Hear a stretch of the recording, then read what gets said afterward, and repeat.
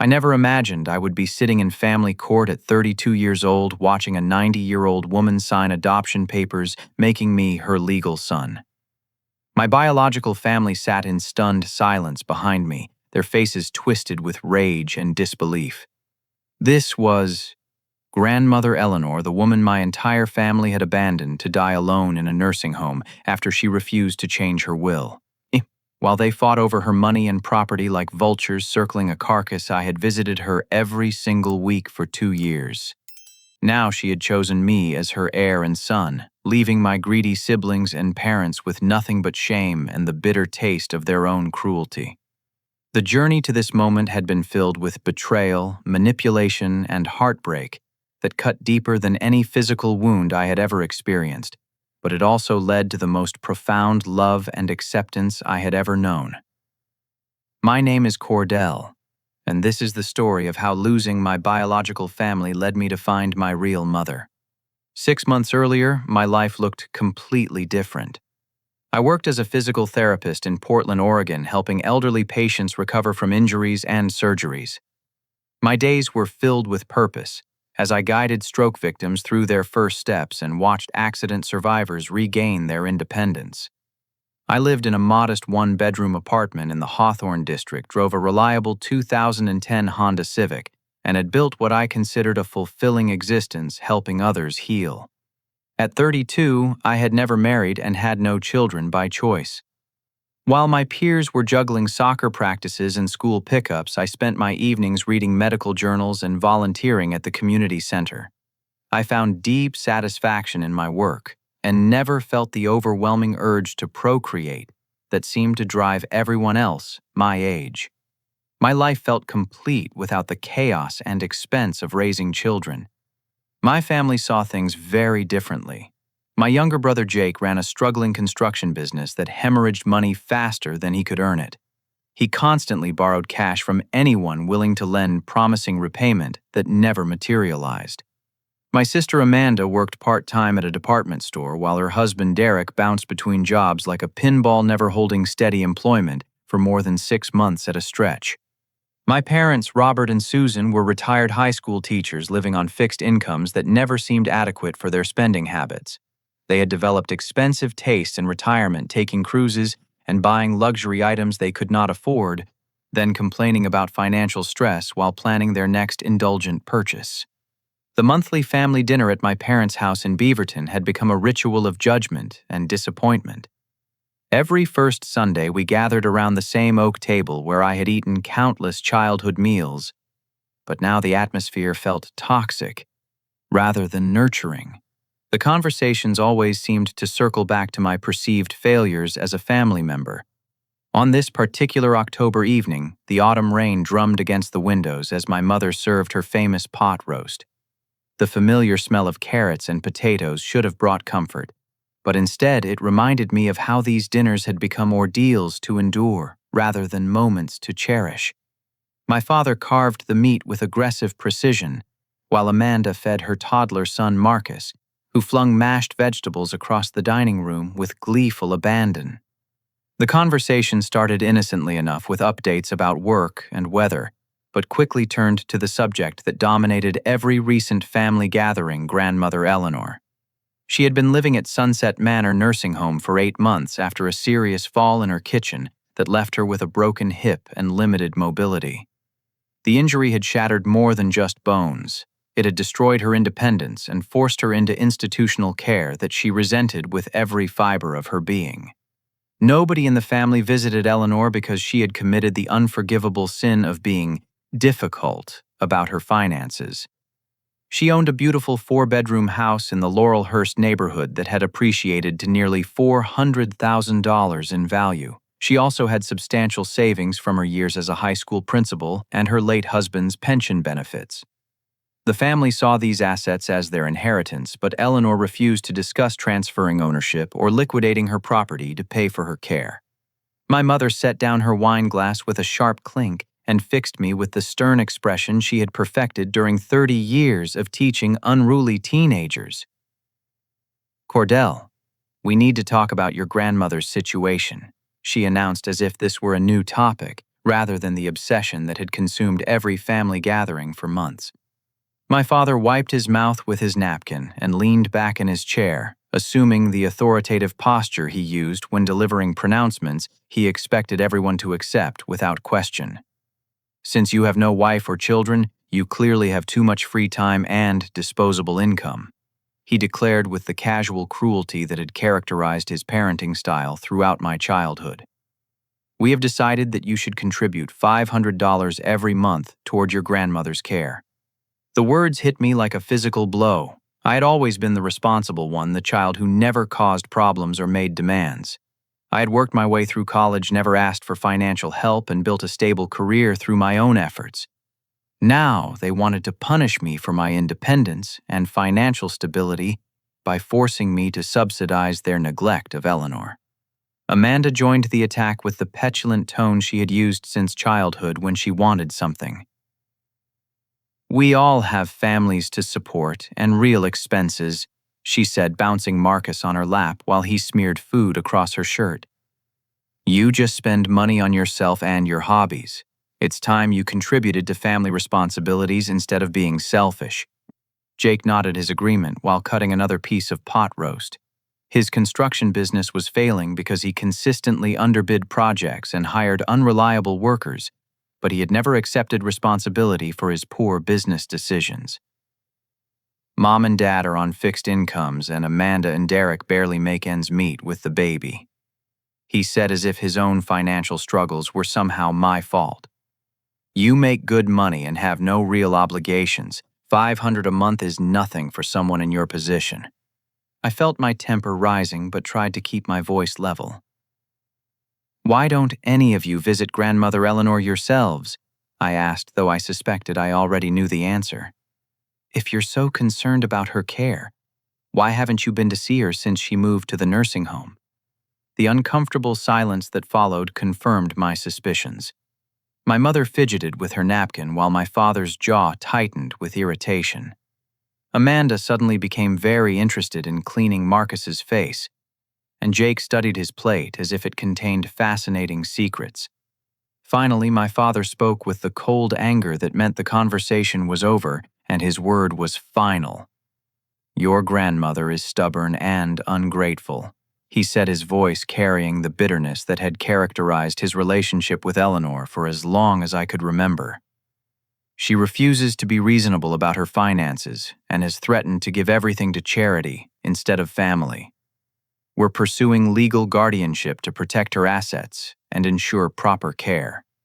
The truth hit me with crystalline clarity. My family did not care about Eleanor's well-being or happiness. They saw her as an obstacle standing between them and money they believed they deserved. Her house savings and pension represented their solution to years of poor financial decisions and irresponsible spending. They wanted me to pay for her care while they positioned themselves to inherit her wealth.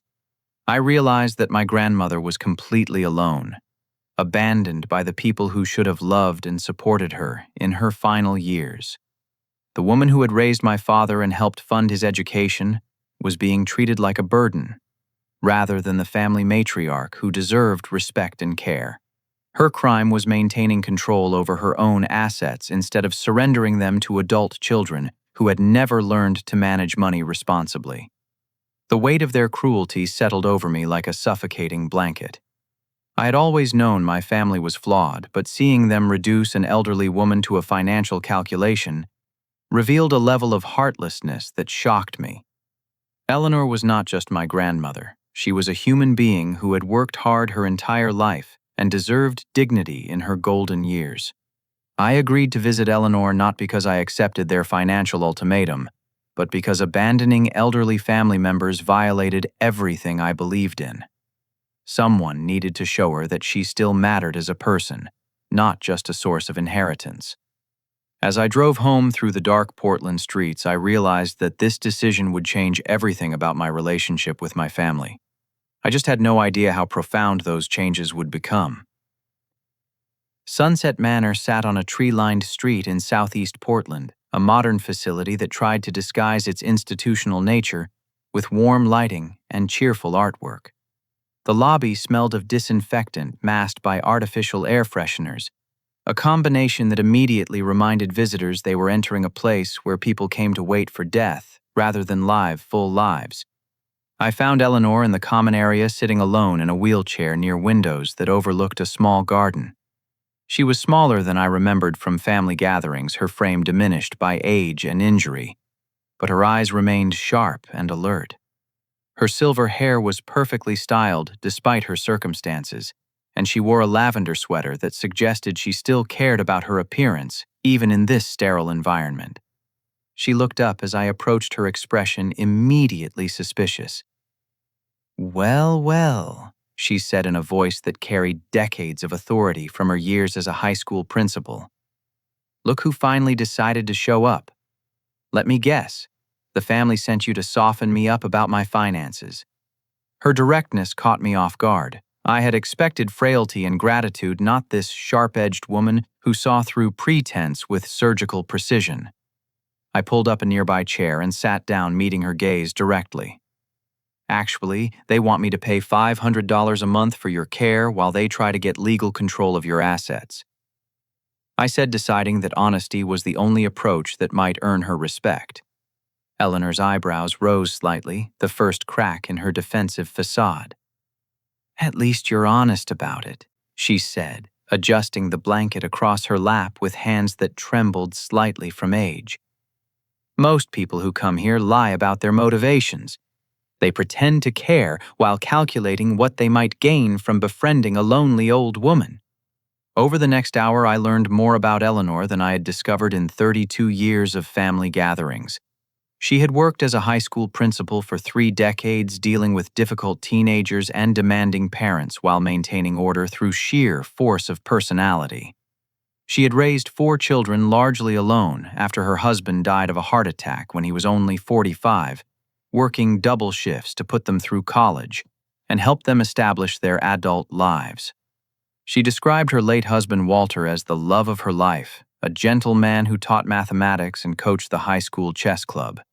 They had planned to travel the world in retirement, but his sudden death had left her to navigate widowhood while still raising teenagers. She had never remarried, instead pouring her energy into her career and children. Eleanor possessed a sharp wit and an encyclopedic knowledge of literature, history, and current events. She had read voraciously throughout her life, and her conversations sparkled with references to books, plays, and philosophical concepts. Talking with her felt like attending a graduate seminar taught by someone who had actually lived through the events she discussed. During my second visit the following week, Eleanor began revealing disturbing details about her relationship with my family. She spoke with the clinical detachment of someone analyzing a case study rather than describing personal betrayal, but I could hear the hurt beneath her measured words. "Your father borrowed $15,000 3 years ago for what he called a business investment," she said, her fingers worrying the edge of her sweater. "Some scheme involving cryptocurrency that he was certain would make him rich. When it failed, he never mentioned repayment. He acts as if the money was a gift, even though we both know he would never have asked for a gift of that magnitude." She continued with more examples that painted a picture of systematic financial exploitation. Amanda and Derek had asked for money for a house down payment, claiming they needed help getting started in home ownership.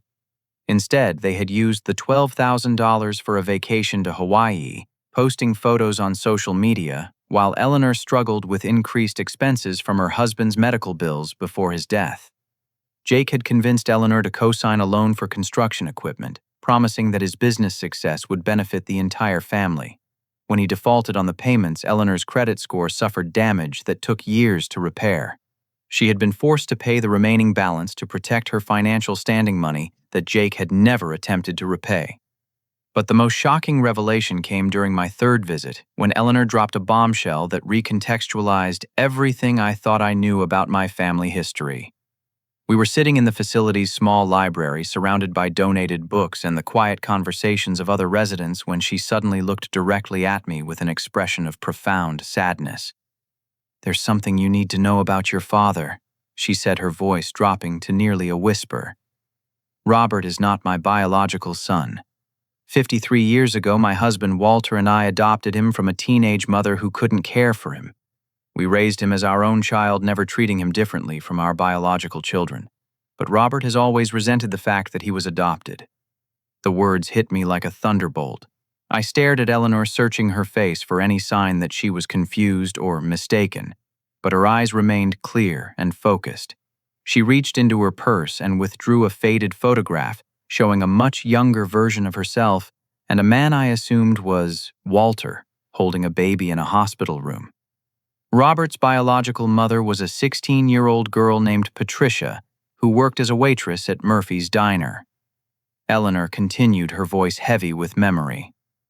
She was a sweet child who had made a mistake and couldn't provide the life she wanted for her baby. Walter and I had been trying to have children for years without success. When Patricia approached us through our church, it seemed like an answer to our prayers. Eleanor explained that they had provided Robert with everything they could afford, love education opportunities, and an inheritance equal to what their biological children would receive. They had never hidden his adoption, but had presented it as something special, a deliberate choice to bring him into their family rather than a biological accident. We thought love would be enough, Eleanor said, her eyes focusing on something beyond the library walls. We gave him the same advantages as our other children, maybe even more because we were so grateful to have him. But when he learned the full details of his adoption at 18, he began to see it as a betrayal rather than a gift. He started believing that we owed him something extra for not being real family. I felt my understanding of my father shift like tectonic plates rearranging beneath my feet. His lifelong bitterness toward Eleanor, his constant complaints about feeling undervalued, his sense of entitlement to her assets. It all stemmed from ingratitude for the very gift that had given him life and opportunity. Eleanor reached across the small table and touched my hand with fingers that felt fragile as bird bones. Your father received everything a child could hope for. Love, stability, education, and acceptance, she said. But instead of gratitude, he harbors resentment. He treats his adoption as something I did to him rather than for him. That's why he feels justified in taking my money and abandoning me here. In his mind, I'm the one who owes him, not the other way around. As I drove home that evening through the early November darkness, I realized that my understanding of family loyalty had been completely backward. Eleanor had given my father everything, yet he treated her adoption as a debt rather than a gift. She had sacrificed for ungrateful children who now saw her as an obstacle to their inheritance, rather than the woman who had made their lives possible. The woman sitting alone in that nursing home possessed more dignity, intelligence, and strength than my entire biological family combined. While they schemed and plotted to steal her independence, she maintained her grace and fought to preserve the autonomy she had earned through decades of hard work and sacrifice. For the first time in my life, I began to understand what real family meant. It was not about shared DNA or legal obligations, but about mutual respect, genuine care, and the choice to value someone for who they were rather than what they could provide. Eleanor had given my father that kind of love, and now she was offering it to me through her stories, her wisdom, and her trust. I also realized that my family's criticism of my childless status was just another form of the same selfishness they showed Eleanor. They could not understand choices made from principle rather than convenience love, given without expectation of return, or relationships built on respect rather than manipulation. My decision to remain childless threatened their worldview, just as Eleanor's independence threatened their financial plans. That night, I made a decision that would change everything. I would continue visiting Eleanor not because my family demanded it, but because she deserved someone who valued her as a person rather than a source of money. I had no idea that this choice would lead to the most meaningful relationship of my life. 2 months into my regular visits with Eleanor, our relationship had deepened into something I had never experienced with my biological family: genuine mutual respect and affection. I looked forward to our conversations about books history and her fascinating career stories. She had dealt with everything from teenage pregnancy scares to drug problems to family violence during her years as a principal, and her wisdom about human nature proved both profound and practical. However, my family's resentment toward my growing bond with Eleanor intensified with each passing week. They monitored my visits like suspicious detectives demanding detailed reports about our conversations and becoming increasingly frustrated with my refusal to discuss her financial plans. Their patience with my failure to manipulate Eleanor finally reached its breaking point. Amanda confronted me at my workplace on a gray December morning, appearing in the lobby of the rehabilitation center where I worked with an expression of barely controlled fury. She had obviously planned this ambush, carefully arriving during my lunch break when she knew I would be available but unable to easily escape the conversation. "We need to talk," she announced, her voice carrying the edge that had characterized her demands since childhood. She wore an expensive winter coat that I knew she could not afford, another example of the financial irresponsibility that characterized my family's approach to money management. We walked to a nearby coffee shop where Amanda immediately launched into a prepared speech about my obligations to the family. She had clearly rehearsed her arguments, but her presentation lacked the subtlety that might have made them persuasive. Instead, she sounded like a child throwing a tantrum because she was not getting her way fast enough. "You've been visiting grandmother Eleanor for 2 months and she still hasn't changed her will," Amanda said, stirring sugar into her coffee with aggressive motions. "We're starting to think you're not trying hard enough to convince her. Maybe you're getting too comfortable with this arrangement." The implication that I was somehow benefiting from Eleanor's situation while failing to deliver results for the family revealed their complete misunderstanding of what real relationships involved. They could not conceive of spending time with Eleanor without ulterior motives, because their own interactions with people were always transactional. Amanda continued with increasingly desperate arguments, revealing that the family had been researching legal options for months. "We've talked to a lawyer about challenging her mental competency," she said, lowering her voice as if discussing classified information. "If she won't be reasonable about her finances, we might have to take legal action to protect her from making poor decisions." The phrase "protect her" was particularly nauseating, since their actual goal was protecting their inheritance from Eleanor's independent choices. They had convinced themselves that wanting to control their own money constituted mental incompetence, a logic that would have been laughable if it were not so cruel. Derek had apparently contributed his own insights to their legal strategy, suggesting that Eleanor might be suffering from dementia or depression that impaired her judgment. He had never spent more than 5 minutes alone with Eleanor in his entire life, but he felt qualified to diagnose her mental state based on her refusal to surrender her assets to people who had never shown her genuine care or respect. 3 days after Amanda's workplace ambush, my worst fears about Eleanor's health became reality. I arrived at Sunset Manor for my regular Thursday visit to find the common area in chaos, with paramedics loading Eleanor onto a stretcher, while nurses provided rapid updates to the emergency medical technicians. Eleanor had suffered a minor stroke while eating lunch, causing her to collapse and lose consciousness for several minutes. The facility's medical staff had responded quickly, but strokes in elderly patients always carried serious risks of permanent damage or complications that could prove life-threatening. I followed the ambulance to Providence Medical Center, my heart pounding as I imagined losing the most meaningful relationship I had developed in years. Eleanor had become more than just my grandmother. She was my friend, my mentor, and the closest thing to a real parent I had ever experienced. I immediately called my family to inform them about Eleanor's medical emergency, expecting them to rush to the hospital with genuine concern for her well-being. Their responses revealed the depth of their selfishness in ways that still shock me when I remember that horrible day. My father's first question was not about Eleanor's condition, but about whether she had been able to communicate with doctors about her financial accounts. My mother wanted to know if the stroke would affect Eleanor's decision-making capacity regarding her will. Jake asked if this might be a good time to resolve the inheritance situation while she's vulnerable. Instead of flowers or cards or expressions of love, my family arrived at the hospital carrying legal documents and demands for access to Eleanor's financial records.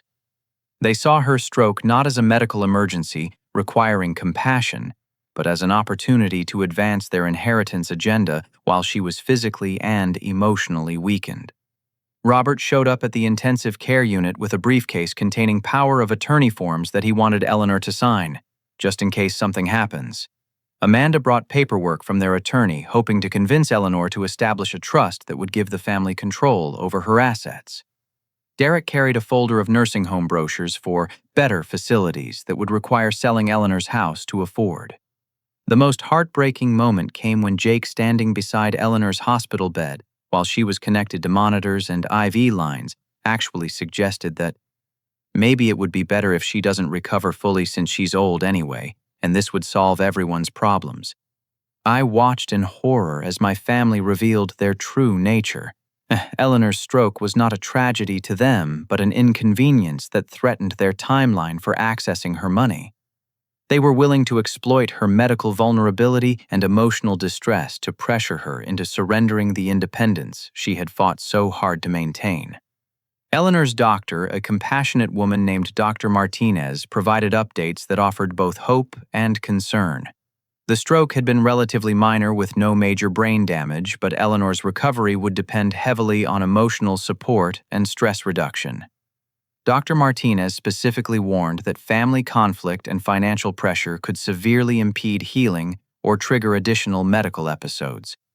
Instead of responding to this medical advice by reducing stress, my father exploded at Eleanor in her hospital room the next day. I arrived for my visit to find him standing over her bed, his face red with anger, as he screamed about her selfishness and how she owed the family for taking her in all these years. The irony was devastating.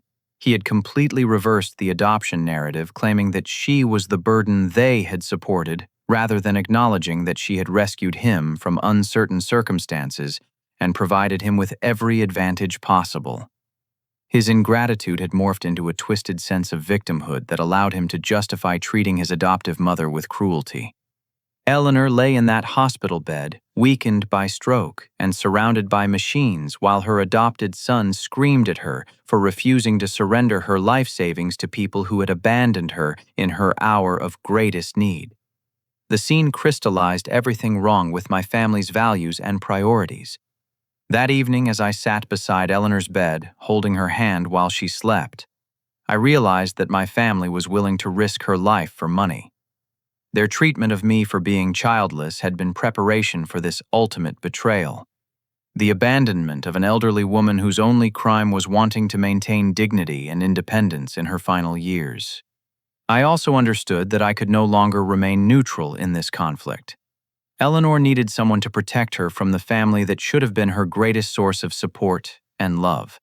The question was whether I had the courage to choose her over them, knowing that such a choice would end my relationship with my biological family forever. Looking at Eleanor's peaceful face as she recovered from a stroke brought on by stress and neglect, I realized that some choices make themselves. Real love requires sacrifice.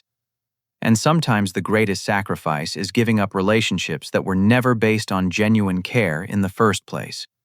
Eleanor returned to Sunset Manor after 5 days in the hospital, her recovery more complete than doctors had initially expected, but her emotional state forever changed by her family's behavior during her medical crisis. The stroke had been a wake-up call that her time was limited, and she was determined to use whatever years remained to make decisions based on love rather than obligation. I continued my daily visits while my family stayed away their absence, speaking volumes about their priorities. They blamed me for interfering with their plans as if showing basic human compassion to an elderly woman constituted some sort of betrayal of family loyalty. Their logic remained twisted. I was the villain for caring about Eleanor's well-being rather than her bank account. The family's isolation campaign against me began in earnest during the week following Eleanor's return to the nursing home. Robert and Susan stopped inviting me to family dinners, holiday gatherings, and birthday celebrations. Amanda and Derek spread rumors throughout their social circles that I was taking advantage of a sick old woman for financial gain, a projection of their own motivations that revealed their inability to understand genuine caring. Jake took the most aggressive approach, confronting me in the parking lot outside Sunset Manor on a cold January evening. He blocked my car with his pickup truck and approached my driver's side window with the swagger of someone who believed intimidation was an effective negotiating tactic. "The family's getting tired of your games," he said, his breath forming clouds in the frigid air. "Eleanor needs to come to her senses about her finances, and you need to stop filling her head with ideas about independence. She's old and confused, and you're taking advantage of that confusion." His threat was both pathetic and revealing. Jake had never shown any interest in Eleanor's emotional needs or personal happiness, yet he felt entitled to make decisions about her life based solely on his desire for inheritance money. The idea that someone might spend time with Eleanor without financial motives was literally incomprehensible to him. I told Jake that my relationship with Eleanor was none of his business and that he was welcome to visit her himself if he wanted to influence her decisions. His response confirmed what I already suspected: he had no interest in actually spending time with Eleanor because doing so would require acknowledging her humanity rather than treating her as a financial resource. During this period of family hostility, Eleanor began researching legal options with the help of a legal aid attorney who specialized in elder law. She had always been a thorough researcher, and she approached this challenge with the same methodical intelligence she had brought to her career as an educator. Eleanor explained her growing interest in adult adoption during one of our afternoon conversations in the nursing home's small library. The concept was foreign to me. I had never heard of adults adopting other adults, but she described it as a legal process that would formalize our relationship and provide certain protections against future family interference. "Adult adoption would make you my legal son with full inheritance rights," she explained, showing me printouts from legal websites that outlined the process. "More importantly, it would give you medical decision-making authority if I become incapacitated. Your biological family would have no legal standing to challenge my care or financial decisions." The idea was simultaneously thrilling and terrifying. I had always felt more connected to Eleanor than to my biological family, but making that connection legal would represent a permanent choice that could never be undone. It would also provide her with the security of knowing that someone who genuinely cared about her welfare would be responsible for her future care. Eleanor shared more family history during these planning sessions, revealing the full extent of her sacrifices for children who had responded with ingratitude and greed. She had worked double shifts as a high school principal to put Robert through engineering school, paying not just tuition, but also living expenses, so he could focus on his studies rather than working part-time jobs. She had provided down payment assistance for all her children's first homes, depleting her own savings to help them establish financial stability. She had co-signed loans, provided emergency assistance during unemployment periods, and given countless gifts that were never expected to be repaid. Her generosity had been systematic and substantial, representing hundreds of thousands of dollars over the decades. "I expected gratitude and care in my old age," Eleanor said with the matter-of-fact tone she used when discussing painful subjects. "I thought providing education opportunities and financial assistance would create bonds of love and respect. Instead, it created a sense of entitlement that has poisoned every relationship." Eleanor's attorney, a sharp woman named Sarah Collins, had been documenting the family's behavior since Eleanor's stroke. She advised Eleanor that adult adoption would be legally straightforward given the complete absence of meaningful relationships with her biological children and their documented pattern of financial exploitation. The planning process revealed Eleanor's sophisticated understanding of human psychology and legal strategy. She had been quietly gathering evidence of the family's neglect and abuse for months, including recording Robert's hospital outburst on her smartphone and saving voicemails where family members discussed handling the Eleanor situation. "If they challenge the adoption," Eleanor said with a slight smile that reminded me why she had been such an effective high school principal, "I'll present evidence that they're unfit to make decisions about my welfare. Their own behavior will be their downfall." Eleanor decided to inform the family about our adoption plans, not to ask permission, but to give them one final opportunity to show genuine love instead of greed. She wanted to see their reaction when presented with the reality that their inheritance expectations might not be fulfilled according to their timeline and preferences. The conversation took place on a snowy February afternoon in Eleanor's room at Sunset Manor.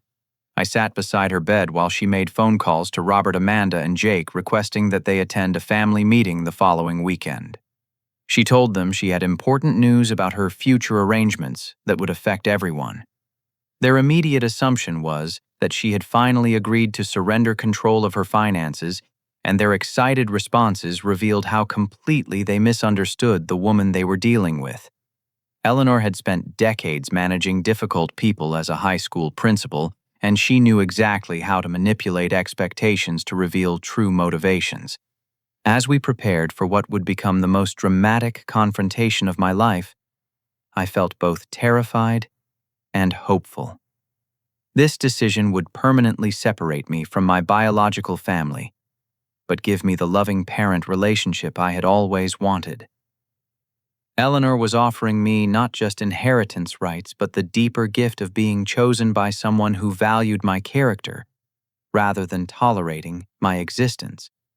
The night before our family meeting, Eleanor took my hand and looked directly into my eyes with the intensity that had made her such a formidable educator. "Family is not about blood or obligation," she said. "It's about choice. Tomorrow we choose each other." I realized that I was about to gain not just a legal mother, but a real parent who believed in me, supported my decisions, and loved me for who I was, rather than who she wanted me to become.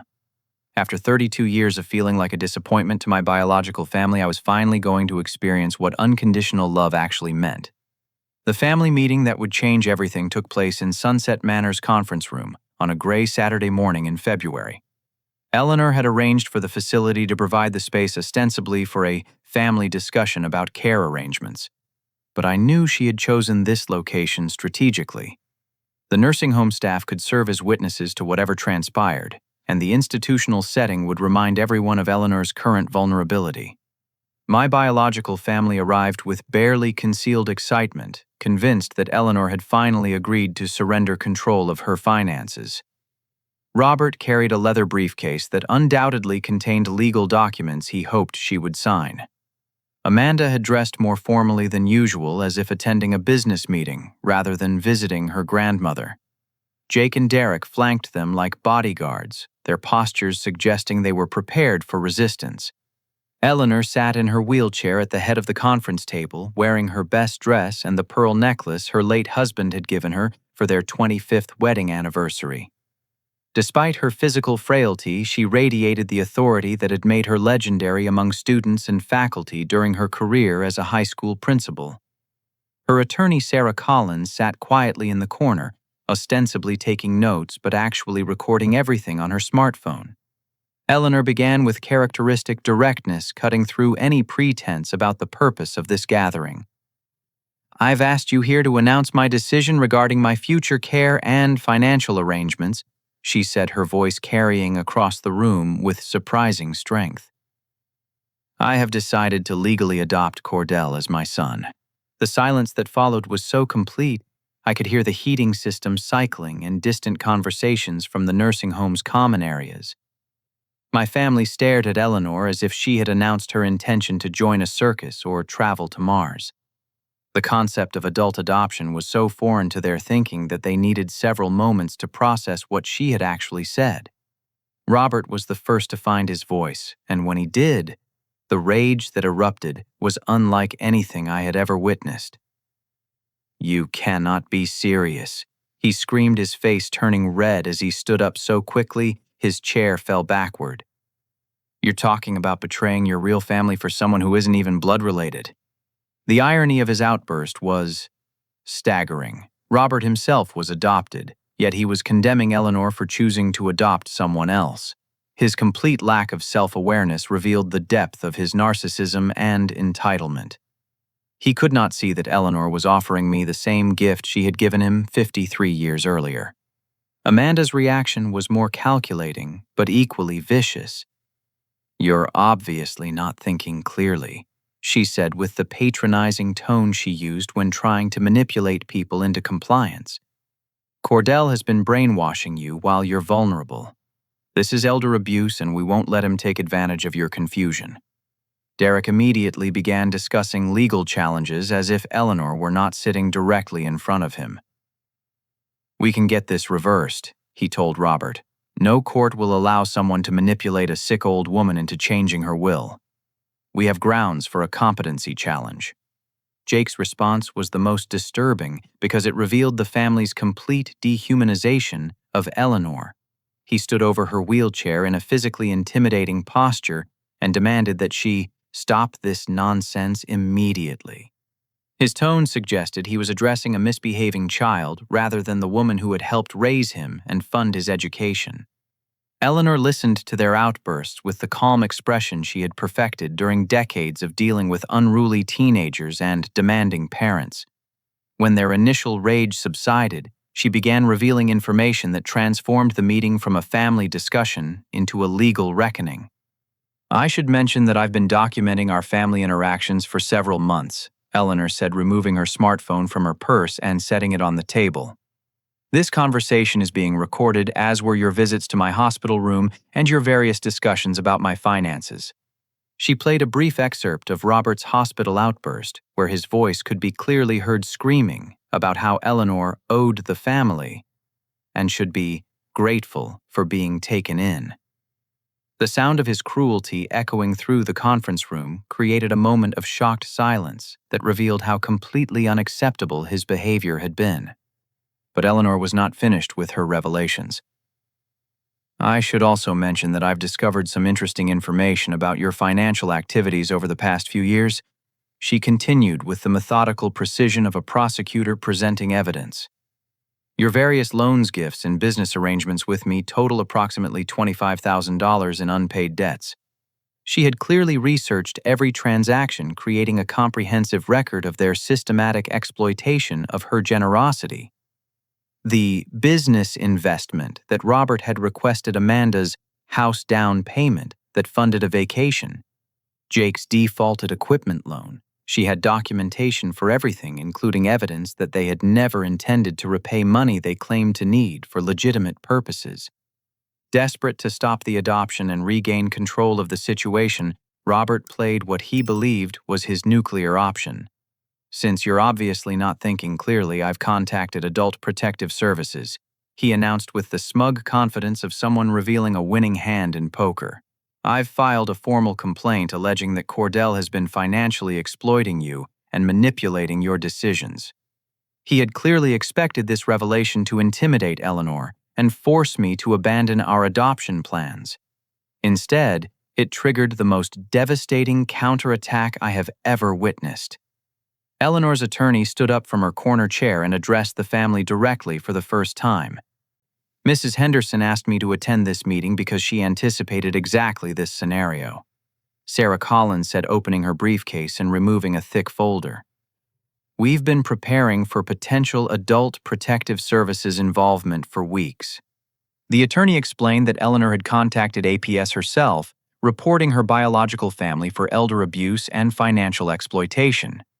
She had provided comprehensive documentation of their abandonment during her medical emergency, their attempts at financial coercion, their threats of forced guardianship, and their complete absence from her daily care. "The APS investigation will focus on your behavior, not Cordell's," Sarah continued, directing her comments toward my stunned family.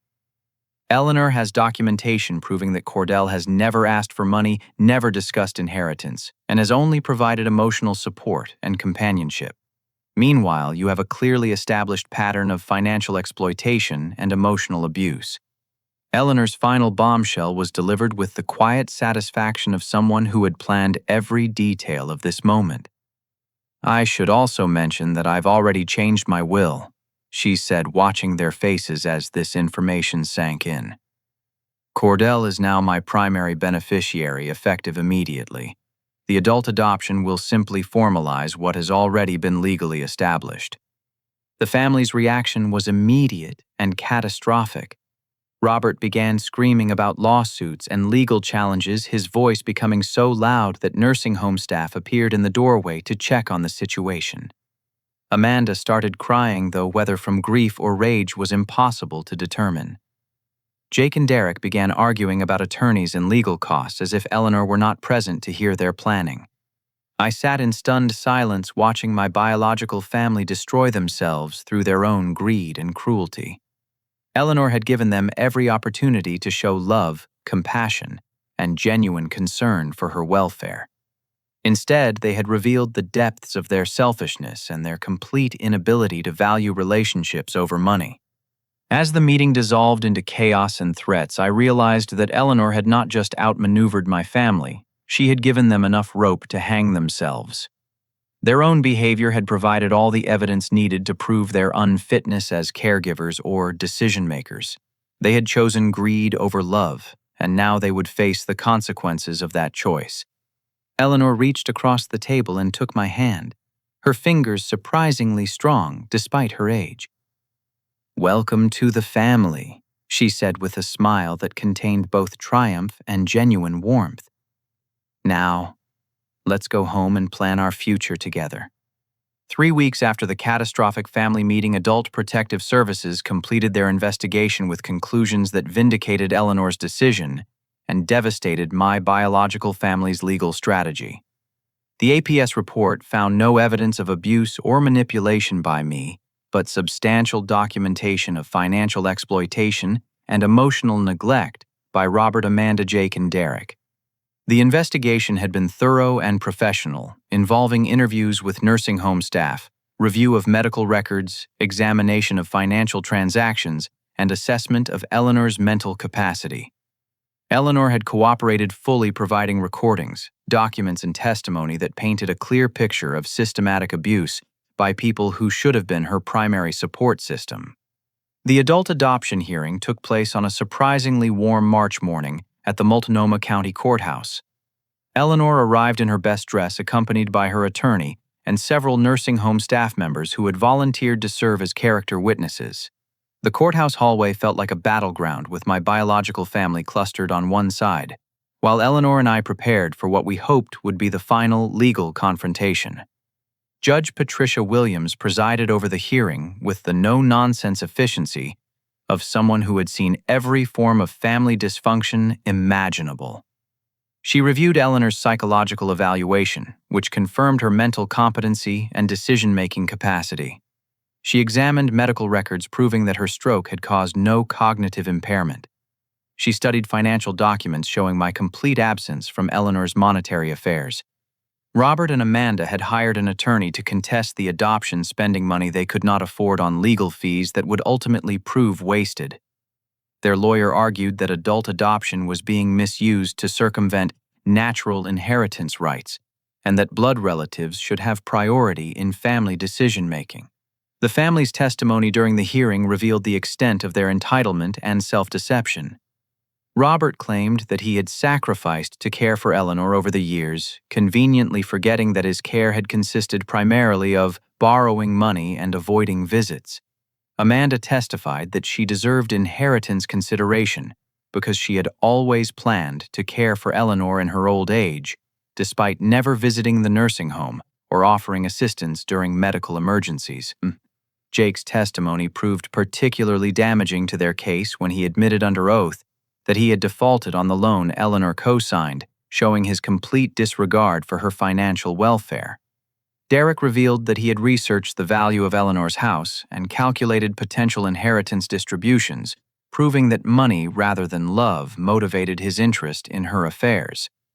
The most powerful moment of the hearing came when nursing home staff testified about the family's behavior during Eleanor's stroke recovery. Multiple witnesses described how I had maintained daily visits while the biological family stayed away, except to pressure Eleanor about financial decisions. The contrast between genuine caring and mercenary exploitation could not have been clearer. Eleanor's attorney presented additional evidence that shocked even me. Bank records showed that the family's financial exploitation had exceeded my previous estimates, totaling nearly $35,000 in unpaid loans and manipulated gifts over the past 5 years. The systematic nature of their abuse demonstrated a calculated effort to drain Eleanor's resources while providing nothing in return. Judge Williams did not simply approve the adoption. She delivered a scathing assessment of my biological family's behavior that left them stunned and humiliated. This court has rarely seen such clear evidence of elder abuse disguised as family concern, she said, her voice carrying the authority of decades on the bench. The petitioner has demonstrated that blood relationship does not guarantee love, while chosen family can provide the care and respect that biological relatives have failed to offer. The judge also announced that she was referring the case to the district attorney's office for potential criminal prosecution. Elder financial abuse was a felony in Oregon, and the documented evidence of systematic exploitation warranted investigation by law enforcement. Robert, Amanda, and Derek faced possible criminal charges that could result in jail time and permanent damage to their reputations. The immediate consequences for my biological family extended far beyond the courtroom. Robert's engineering firm learned about the criminal referral through local news coverage and placed him on administrative leave pending the outcome of any charges. Amanda's retail employer discovered her involvement in elder abuse allegations and terminated her employment to avoid association with the scandal. Derek and Jake faced their own professional consequences as word spread through their industries about their treatment of Eleanor. Derek's temporary employment agencies stopped calling with assignments, while Jake's remaining business relationships dissolved as contractors and suppliers learned about his pattern of financial irresponsibility. The adoption ceremony itself was simple but profoundly moving. Eleanor officially became my legal mother while I became her chosen son, creating a family bond based on mutual respect and genuine affection, rather than biological accident. Nursing home staff attended as supportive witnesses, having observed our relationship develop over months of daily visits. Sarah Collins explained the practical implications of our new legal relationship.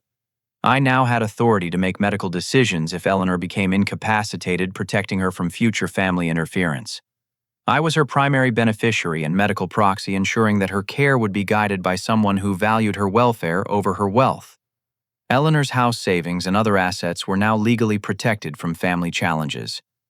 More importantly, our relationship was formally recognized by law and society, giving us the security of knowing that our chosen family bond could not be severed by people who had forfeited their own family relationships through greed and cruelty. As we left the courthouse together, Eleanor took my arm and smiled with satisfaction that came from justice finally being served. "Family is not about genetics or obligation," she said, echoing the wisdom she had shared throughout our relationship. "It's about choice, love, and the daily decision to care for each other's welfare." The nursing home staff had organized a small celebration in Eleanor's honor, recognizing that the adoption represented not just a legal victory, but a triumph of love over greed. Other residents shared stories about their own family struggles, creating a community of people who understood that blood relationships did not guarantee love or loyalty. That evening, as I sat beside Eleanor's bed reading her favorite poetry, I reflected on the journey that had brought us together. My biological family's cruelty had initially seemed like a punishment for my life choices, but it had actually been a gift that led me to discover what real family meant. I had gained more than inheritance rights or legal standing. I had found a mother who valued my character, supported my decisions, and loved me unconditionally. Eleanor had gained a son who would protect her dignity, respect her autonomy, and ensure that her final years would be filled with care rather than exploitation. The satisfaction of justice served was profound, but the joy of genuine family love was transformational. After 32 years of feeling like a disappointment to my biological family, I finally understood what it meant to be truly accepted and cherished for who I was rather than what I could provide. 6 months after the adoption, I moved Eleanor to Harvest Grove, a beautiful assisted living facility in Lake Oswego, where she had her own one-bedroom apartment, access to social activities, and excellent medical care tailored to her specific needs. The transition represented a new chapter in both our lives, moving from crisis management to building a future together based on mutual care and respect. Eleanor's apartment overlooked a garden courtyard where residents could sit among rose bushes and watch birds visit multiple feeding stations. She had decorated the space with photographs from her teaching career books, from her extensive personal library, and artwork created by former students who still sent her cards and letters decades after graduation.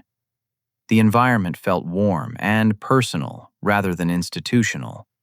I maintained my schedule of 3 visits per week, but our time together had evolved from medical support to genuine companionship. We discussed current events, shared meals, and planned activities that brought Eleanor joy and intellectual stimulation. She had joined the facility's book club, volunteered to tutor residents pursuing GED certificates, and organized weekly chess tournaments that attracted participants from throughout the building. The criminal case against my biological family proceeded through the legal system with methodical precision. Robert faced felony elder abuse charges that could result in significant jail time and permanent damage to his professional engineering license. The state board was conducting its own ethics investigation that would likely end his career regardless of the criminal case outcome. Amanda and Derek had divorced under the combined pressure of legal expenses, criminal charges, and Derek's inability to maintain steady employment after his reputation was destroyed by the elder abuse allegations. Amanda moved back in with my parents, creating a household of 3 adults who spent their time blaming everyone except themselves for their legal and financial problems. Jake's construction business had collapsed completely when his bonding company learned about the criminal charges and canceled his surety agreements. Without bonding, he could not bid on any significant projects, and his existing contracts were terminated when clients discovered his involvement in elder abuse. He had filed for bankruptcy and was living in his truck, a consequence of choices that prioritized greed over basic human decency. Eleanor thrived in her new environment with reduced stress and genuine emotional support. Her health improved dramatically as she participated in physical therapy, social activities, and intellectual pursuits that kept her mind sharp and engaged. The woman who had been withering away in isolation at Sunset Manor became vibrant and active when surrounded by people who valued her contributions. She began writing a memoir about the importance of choosing family based on love, rather than obligation, working with a writing group that met weekly in the facility's library. Her stories about dealing with difficult students and parents during her career as a principal provided both entertainment and wisdom for readers who faced their own challenging relationships. The memoir project allowed Eleanor to process her experiences with family betrayal, while helping others recognize the signs of manipulation and abuse in their own lives. She wrote with the clarity and insight that had made her an exceptional educator, turning personal pain into lessons that could benefit others facing similar situations. Our relationship had evolved into the loving parent-child bond that both of us had always wanted but never experienced. Eleanor supported my career decisions, celebrated my achievements, and provided the unconditional acceptance that had been missing from my relationship with my biological family. I had learned that being chosen by someone who valued my character was far more meaningful than being tolerated by people who saw me as a disappointment. Eleanor's will now left everything to me, but money had become secondary to the relationship we had built. Her house would eventually fund her continued care and provide financial security, but the real inheritance was the love, wisdom, and acceptance she gave me every day. I had gained a mother who believed in me and supported my choices without trying to change who I was. The community impact of our story spread throughout Harvest Grove as other residents learned about our journey from crisis to chosen family. Several elderly residents who had been abandoned by biological families began exploring adult adoption with caregivers who had shown genuine love and commitment. Our experience had demonstrated that family bonds could be created at any age when based on mutual care and respect. Eleanor's influence extended beyond individual relationships to broader conversations about elder care and family responsibility. Social workers and legal advocates began citing our case as an example of how the legal system could protect vulnerable elderly people from family exploitation while supporting meaningful relationships with people who genuinely cared about their welfare. 1 year after the adoption, Robert made a final attempt at reconciliation appearing at Harvest Grove, with a prepared apology that focused on misunderstandings and moving forward, rather than accepting responsibility for his behavior. Eleanor listened politely but firmly explained that he had forfeited his family relationships through his own choices and must live with those consequences. Forgiveness does not require forgetting, Eleanor told him with the calm authority that had characterized her career as an educator. You chose money over love exploitation, over care and greed over gratitude. those choices have natural consequences that no amount of regret can undo. Robert left that day understanding that his adoption into Eleanor's family 53 years earlier had been a gift he had squandered through ingratitude and selfishness. The woman who had given him everything was now giving that same love to someone who valued and reciprocated it rather than taking it for granted. Eleanor shared her most important life lesson with me during one of our quiet evening conversations as we sat in her apartment watching the sunset paint the sky in brilliant oranges and purples. True family is created through daily acts of love, not biological accidents or legal obligations, she said, her voice carrying the wisdom of 9 decades of experience. Adoption gave me the greatest joy of my life twice. First when Walter and I adopted Robert as a baby, and again when you chose to become my son as an adult. We spent holidays together at Harvest Grove, joined by other residents who had become our chosen extended family. Thanksgiving dinner in the facility's dining room was filled with stories, laughter, and genuine gratitude for relationships built on mutual care rather than obligation. Christmas morning brought gifts that reflected deep knowledge of each other's interests and dreams, rather than generic presents purchased out of duty. Eleanor and I planned our future together with the joy of people who had found their tribe after years of searching. We discussed travel opportunities, educational pursuits, and legacy projects that would honor the love we shared and the lessons we had learned about the true meaning of family. As I reflect on this journey from family shame to chosen love, I realized that society's pressure to have biological children had blinded me to other forms of meaningful family relationships. My biological family's criticism of my childless status was actually a gift that led me to discover something far more valuable than traditional parenthood. By choosing love over DNA care, over convenience, and character over tradition, Eleanor and I found the family connection we both needed. We proved that family is not something you are born into, but something you build through daily choices to value each other's welfare and happiness. Our Thanksgiving table at Harvest Grove was surrounded by residents who had become our chosen extended family people, who understood that love creates stronger bonds than genetics ever could. We had built a community based on mutual care and respect, demonstrating that family is defined by the relationships we nurture rather than the circumstances of our birth. Eleanor taught me that adoption, whether of children or adults, represents the highest form of love because it is based on choice rather than chance.